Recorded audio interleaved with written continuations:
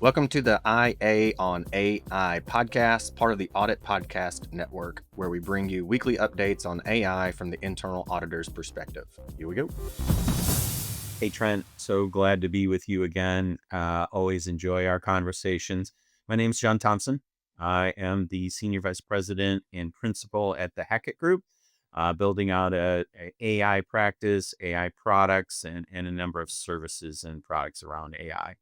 I've been involved in this for 38 years.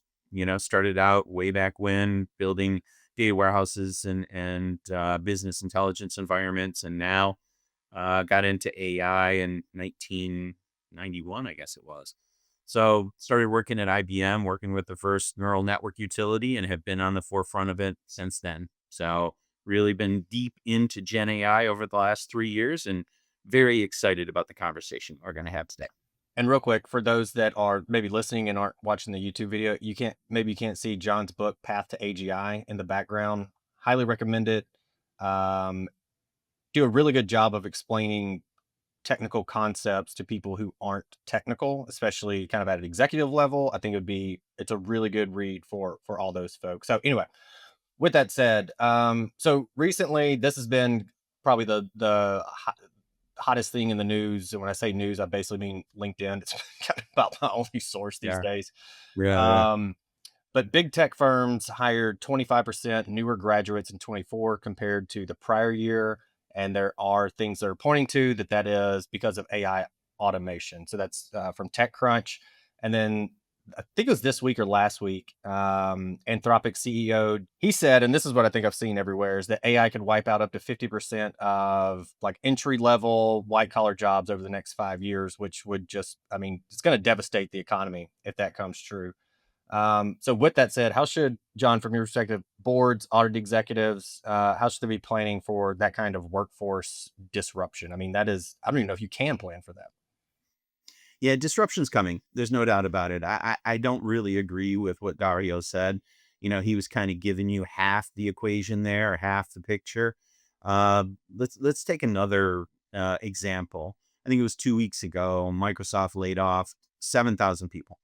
And there were a lot of folks commenting on that story. But what they didn't say in that story was that if you went further or listened longer or read more, however you want to do it, Microsoft also announced they're going to hire 10,000 people. So they were laying off 7,000 to hire 10. Now, why would they do that? They're doing that because they're laying off the people that are not AI literate and don't have the capabilities to become AI literate, or have publicly stated that they, would rather take early retirement or go somewhere else, or don't want to be part of this new AI enabled future. So a lot of what's happening is that the jobs that we used to do, or we used to have people do, I've talked to a lot of law firms and services firms, and many of those firms really have it wrong. Law firms, especially the older partners, sorry guys, I'm old too, so I'm not throwing rocks at anybody but myself. They're like, hey, people got to come in, they got to sit in the office, they got to be there for 80 hours a week, got to sit next to me, they got to watch me see how I do it. The world's changed, man. That's not the way it's going to happen. Right. So, those new jobs, or those entry level jobs, they're going to be different. And how those people learn are going to be different. So again, I don't agree with Dario. I don't think we're going to wipe out, the early career offerings. Just not going to happen. It's going to be different, but it's not going to be apocalyptic. Hey everybody, we're going to take a quick break from our guests. And if you need to get analytics or AI actually working in your internal audit department, or if you already have some of it, you feel like you're not really getting exactly what you need out of it, there's more, you're not getting that, go to the show notes, look for the Greenskies Analytics link, click it. On the website, there'll be other links that you can click that'll take you directly to a calendar to schedule time. It's literally 3 clicks to get the time scheduled, to get it figured out. All right, back to the show. That's what I was looking around to see. Okay, who is saying what in terms of where they are with AGI, and we can get into that a little bit. Where they are with AGI, how soon is it coming? And I'm going to hit on that a little bit with you. And so I looked it up, and it was like I just asked for like what's everybody saying or something to that degree about AGI and when it's going to be here. And so there was like 2028, 2030, 2050. And then I went, okay, I said, who's saying this? It was like the CEO of every big tech company. I was like, yeah, no joke. They're saying this. Like they have stakeholders, like they, like they're selling basically. But then I said, I like changed it and said, well, what about like the researchers who are like actually doing this? And it was a little different. And so I'm going to ask this in a different way. Probably obvious to everybody where I'm going, but let's take like an audit example. And the prompt is just something like go audit socks, go do the financial statement audit. And we can even narrow it down just to like the IT general controls. Go audit IT general controls for my company. And then I'm just going to sit back and I'll see the final output. I'll review it. I'll check things off, etc. I'm almost hesitant to ask you on any kind of prediction because they're just brutal. But if I did, well, I'm going to ask you prediction on that happening when. Yeah, let's answer the whole question. When you go out and look at and listen to Ray Kurzweil, Elon Musk, Sam Altman, they're all saying AGI is here now, or it's going to be here next year. And let's define it. Artificial general intelligence, as defined by those guys and me too, is when AI is as smart as an above average undergraduate. And that means that AI has memory, it has empathy, it has intelligence, it has everything that a person has. And you know, like you said earlier, those people are selling. They got a dog in the fight. They're not objective observers. Now, if you go listen to Jan LeCun, and he's the head of AI for Meta and one of the preeminent researchers in AI and has been for decades, he says something around 2050 or something like that. Now, Rodney Brooks, the guy who was the founding director of MIT's CSAIL laboratory, computer science and AI laboratory, he's the only person out there saying it's longer than me. I say it's 123 years. He says it's 130 years. So we're virtually on the same page, Rodney and I. And people, I do keynote speeches. I talk to people all the time. I have all sorts of conversations, and people come up to me or say to me while I'm up on stage, "Oh, you're an AI hater, or you're an AI luddite, and you're against AI." And I'm like, "No, I'm an AI optimist. I'm a practitioner. I'm a pragmatist. I build these things." So, when I look at, we've been working on AI for 70 years. And I love what Rodney Brooks says. If you look at AI, traditional foundational AI, it's been one of the most successful technologies we have ever built. I mean, it's impactful across all industries and all use cases and all, companies. Now, you look at AGI, and it's even harder to do. So it took us 70 years to get here. Now I know exponential curves and, quantum, computing and all that I get all that kind of stuff. I'm not a straight line projector, but I do think it's going to take us a long time to do it. And I think that's exciting because it's hard. It's hard to do. And I like to get out of bed and work on hard problems. So, the smartest people among us are going to be working on this for a long time. I might be wrong. It might be 90 years, might not be 120 years, but it's not going to be 5. It's not going to be 6. So it's going to be a while. Now let's jump back to what you said earlier about, auditing SOX controls in your IT environment. I think that's going to happen almost immediately. That's a very well bounded, for the people listening or just listening and not watching, I'm drawing a box with my fingers. I think inside that box, you could do that almost immediately, because we have all the AI, we have all the capability to do natural language processing and to do constraints and controls and target it in different ways and have information wrapped around the AI so it does exactly what we want it to do. So those kind of bounded functions, that's immediate. That's today. That's in the next 6 months. I mean, if you and I got interested in it and said we were going to do it, we'd have that application done and dusted and tested within months. And that's still going to be coming from more of on a vendor side than the individual Yeah. auditors with, I Yes. mean, I think on average, or not on average, what is it? Something like less 70% of internal audit departments have less than like 8 people or something like that. So Yeah. my guess is they're not going to have the tech competency to be able to execute on that. And if they want that, they're going to have to go to a third party to get it. We used to say, oh, okay, well, RPA, I'm going to say something that's going to be controversial. That's dumb automation. If it always runs this way, RPA is your technology. But if it goes in and it branches based on different levels and different, conditions, you're going to have to do that through Gen AI. And the great thing about it is you can do it. When I sat down at EY and looked at the audit, practice, and they asked me about how much of it could be automated away, my estimate came back at higher than 90%. And they were surprised. They said, "You got to be kidding." And I'm like, "No, you gave me the playbooks. I can write all that in a Gen AI agent right now." So, the automation in tax and in audit is going to be very high. Now, are auditors going away? No, I'm not here to scare the audience. That's not the way it's going to be. They're going to be augmented. And when you're talking about, like, if we said go audit ITGCs for SOX and thinking about all the different, I mean, the so many systems that are out there that are going to get touched. I mean, just SAP, Oracle, and then there's a bunch of homegrown. There's this little one, there's certain clients when I was at EY, um, like high end on the Fortune 500, they had 60 in scope applications just for SOX and, Mm. literally thousands of applications otherwise.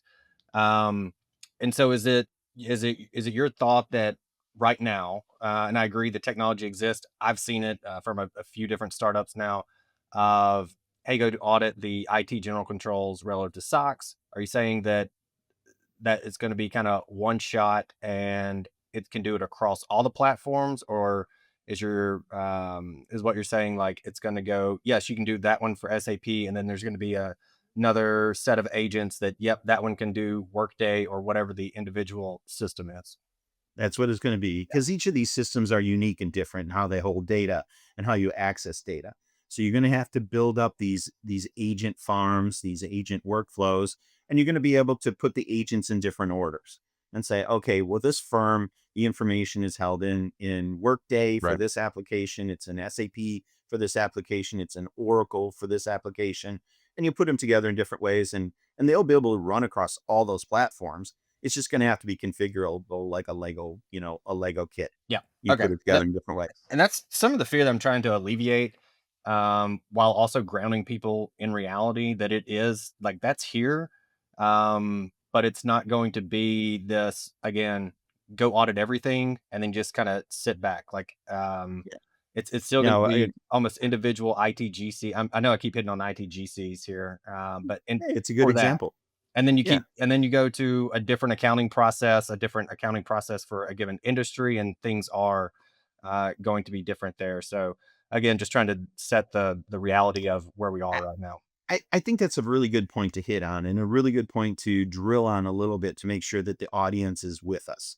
Is that, AI can do some really interesting things. Gen AI, is everybody's all a buzz about it and has been for the last 3 years. Write me a sonnet for my, Labrador puppy. And it goes and does that. And it does a great job in that area. But, when you start looking at technical areas that have real requirements, you need to work on building it. It's just like any other technology, everybody. You have to build an application that does that. Now, we're moving into an era where we used to, get the requirements, we build the application, and the application ran, and 2 plus 2 was always 4, and it was a wonderful world. But, it's not magic. We have to look at these things, and we start from now, we're always going to start from the model. What is the model capable of? And then we're going to build up, and we're going to get into the requirements for the application. And that doesn't mean that that model can do everything. It can't write a sonnet and do SOX, auditing. Those are two different, radically different things. So when you say, we're gonna focus on this area, these controls for SOX, that doesn't mean that it's going to generalize over and do the other controls in a different area for, let's say, accounts payable or something like that. That doesn't work that way. You have to build these things for the purpose that you're interested in. So we have a long way to go. We have great tools, we have great technologies, we have great opportunities. We still have a lot of work to do. Last thing, real quick, John. So KPMG, we've mentioned big four firms. I feel like Audit Podcast, we kind of have to, right? They did a survey of directors and found that while responsible use policies for AI are common, formal AI risk governance frameworks not there yet for a lot of folks. Um, and really, one of their kind of root causes was basically boards, audit committees, they don't have the right expertise and structure to oversee AI risks. Is that how you're continuing to see it? I'm sure it's evolving, but a question I often ask any CAE I'm talking to is, do you have some kind of chief AI officer, something to that effect? Because honestly, there's not a lot of them out there, especially that are great. I mean, data analytics has been around for years, and they still hear these stories about super technical. They suck at the business, and it's not a good fit. So anyway, how are you seeing that kind of role evolve? Yeah, it's a great question, Trent, and it's one of those things that you get into. Yeah, it's just really intriguing. All the conversations I've had around risk management, it's like that. It's just like you said. You end up with people on the call that are risk managers or super technical people or business process people or people like me, nerds. And you try to get everybody to understand what's going on and what is risk in the AI area, and everybody's talking different languages and different words, and you walk away and think that was the least connective conversation I've ever had in my life. I don't think anybody understood anything anyone said. You just walk out and it's like everybody's talking past each other. But we will get there. Again, I'm an optimist. We will get there. And we made great progress when I was at EY. I spent a lot of time with the risk management department. And I think for the first 6 months, it was all just setting definitions. So we'd say the same words, and we finally understood what those words meant to each other. We weren't missing each other all the time. So, it's a classic case of over communicate and over define so you can actually get on the same page. It seems hard in risk management. And I think part of the problem is that people like me, coming from an AI technology background, we don't really care about risk. It's not something we ever think about. It's like risk. Oh, well, our life is all risk. That's what it is. But then you end up in a room with an auditor and an accountant and a risk management professional. Their whole life is about risk. And you're like, do you care? And they're like, what do you mean you don't care? Right. So, you almost have people from Mars and Venus and Pluto, in a room, and over time it will come together. But right now it's hard for people to even talk to each other about this. Yeah. I think I might have asked you this before. The last time. I know you've been, what's the number? I don't know. Give us, how many podcasts have you been on in the past 2 years, 3 years? Maybe 250. Yeah, I don't I know. knew it was a lot. Yeah. Um, and I don't even know how many you listen to, but I know there's times where I go, man, I wish somebody would ask me this so I could talk about it, or go, it's not a really good fit for this audience, so I'm not going to try to interject that. Is there a question when you go on these, you're just like, I wish somebody would ask me more about this? Yeah, no one ever asked me this. And I wish they would ask me, is that, are you really concerned that AI is a negative force in the world? That it is more disruptive and destroying than it is positive and accretive and aggregative. I mean, and that's not even a word. But people don't. I always hear about, oh, is Terminator coming? Is more jobs going to be destroyed? Are all the college kids never going to get work? But no one ever goes to the other side and says, what's the real upside here? What is the really utopian view of what's going to happen with AI? No one ever asked me that. Thank you for listening, and be sure to follow the link to greenskiesanalytics.com in the show notes and schedule time to see how Green Skies can make the hype of AI a reality in your internal audit department.